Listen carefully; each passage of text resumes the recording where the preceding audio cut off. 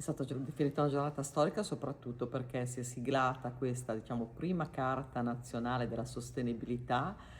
che diventerà, come dire, la carta che accompagna come vademecum operativo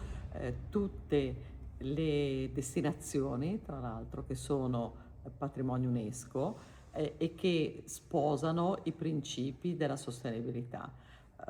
Io sono qui come presidente di ISNART, che è l'Istituto Nazionale di Ricerche sul Turismo e sulla Cultura, che ha all'interno questo network di Mirabilia, che è il network che tra l'altro accompagna lo sviluppo, tra l'altro anche in ambito turistico, di questi che sono i siti UNESCO diciamo un po' meno conosciuti, non voglio dire minori perché siti UNESCO minori non ce ne sono, ci sono quelli un po' meno conosciuti e che fanno tra l'altro della sostenibilità proprio il loro filone più importante. Ma questo perché? Perché abbiamo con i dati di ISNART sempre più scoperto che